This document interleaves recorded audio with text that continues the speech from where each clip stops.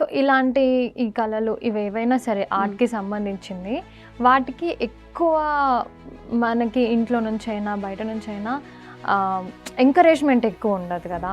So మీ family side నుంచి ఎలా encourage చేస్తారు? ప్యాషన్ అనేది ఎలా ఉంటదంటే మనకి ఫస్టు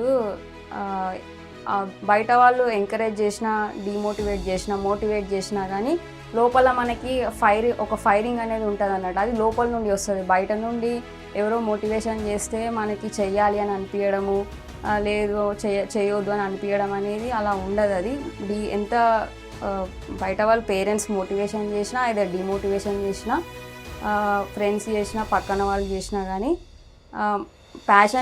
ప్యాషన్ అంటేనే ఎవరు ఎన్ని చెప్పినా కానీ వినకుండా మన స్టైల్లో మనం వెళ్ళిపోవడమే. అప్పుడే అది ఒక మీనింగ్, అక్కడ ప్యాషనెట్గా ఉన్నారు, సో వీళ్ళు ఇది చేస్తున్నారు అనేది అక్కడ ఒక మీనింగ్ అనేది క్రియేట్ అవుతుంది అక్కడ. అంటే చెప్తారు నార్మల్గా వద్దు అనే రొటీన్గా ఏమంటారు, ఏదైనా ఒక జాబ్ చూసుకొని సెటిల్ అయిపో, లేకపోతే గవర్నమెంట్ జాబ్ కొట్టు. గవర్నమెంట్ జాబ్ అనే ఫోబియా ఒకటి మన ఇండియాలో చాలా గట్టిగా ఉంటుంది. యూత్ పాపులేషన్ చాలా ఎక్కువ ఉంది వరల్డ్ వైడ్ కంపేర్ చేస్తే. కానీ మన ఇండియాలో ఎంతసేపు గవర్నమెంట్ జాబు లేకపోతే ప్రైవేట్ జాబు శాలరీ వచ్చిందా ఇక్కడ వరకే స్టాప్ అయిపోతున్నది. అంటే వాళ్ళ స్కిల్స్ని వాళ్ళు కంప్లీట్గా యూజ్ చేసుకునే అట్మాస్ఫియర్, ఎన్విరాన్మెంట్ని ఇండియాలో క్రియేట్ చేయట్లేదు. పేరెంట్స్ కూడా సపోర్ట్ చేయరు.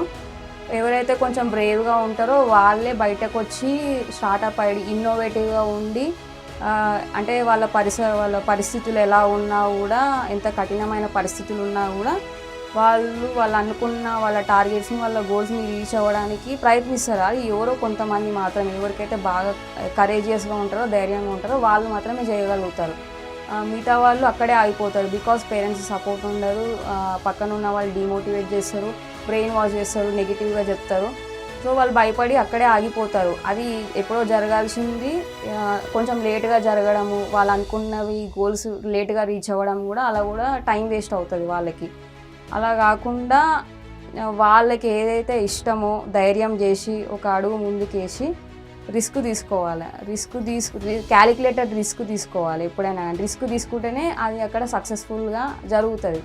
సక్సెస్ అయినా ఫెయిల్ అయినా నువ్వు అనుకున్నది నువ్వు చేసినప్పుడు ఒక సాటిస్ఫాక్షన్ ఉంటుంది లైఫ్లో. వాళ్ళకి ఎవరో నీకు వచ్చి క్లాప్స్ కొడుతున్నారు అని చెప్పి, నిన్ను సన్మానం చేస్తున్నారు అని చెప్పి నేను ఇది చేయాలనుకుంటున్నా అని అనుకోవడం కూడా అక్కడ రాంగ్ స్టెప్పే అవుతుంది. అది అలా ఆశించి నువ్వు ఈ ఫీల్డ్లోకి రావడము అలా కూడా చేయవద్దు. అలా చేసినా కూడా ఎదురు దెబ్బలు తగులుతాయి వేరే విధంగా. అది ఆ చిన్న థాట్ ఒకటి ఉంటే ధైర్యంతో ఒక అడుగు ముందుకేసి ప్రాక్టికల్గా వాళ్ళకి ఎలాంటి థాట్స్ ఉన్నాయో ఆ థాట్స్ని ప్రాక్టికల్గా వాళ్ళు ముందు పెట్టాలి.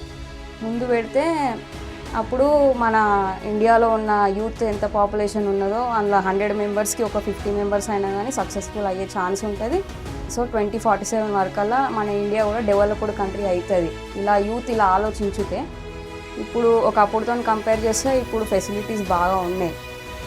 సో వాళ్ళు కొంచెం ఎంతో కొద్దిగా ఆలోచించి వాళ్ళు అనుకున్నది వాళ్ళు ఒక ముందుకేసి ఉంటే వాళ్ళకు కూడా ఒక సాటిస్ఫైడ్ లైఫ్ ఉంటుంది అన్నట్టు. ఎంతసేపు డిగ్రీలు, పనికిరాని డిగ్రీలు అవి అలా కాకుండా వాళ్ళకున్న థాట్స్ని ప్రాక్టికల్గా ముందు పెట్టాలని నేను చెప్తాను. నేను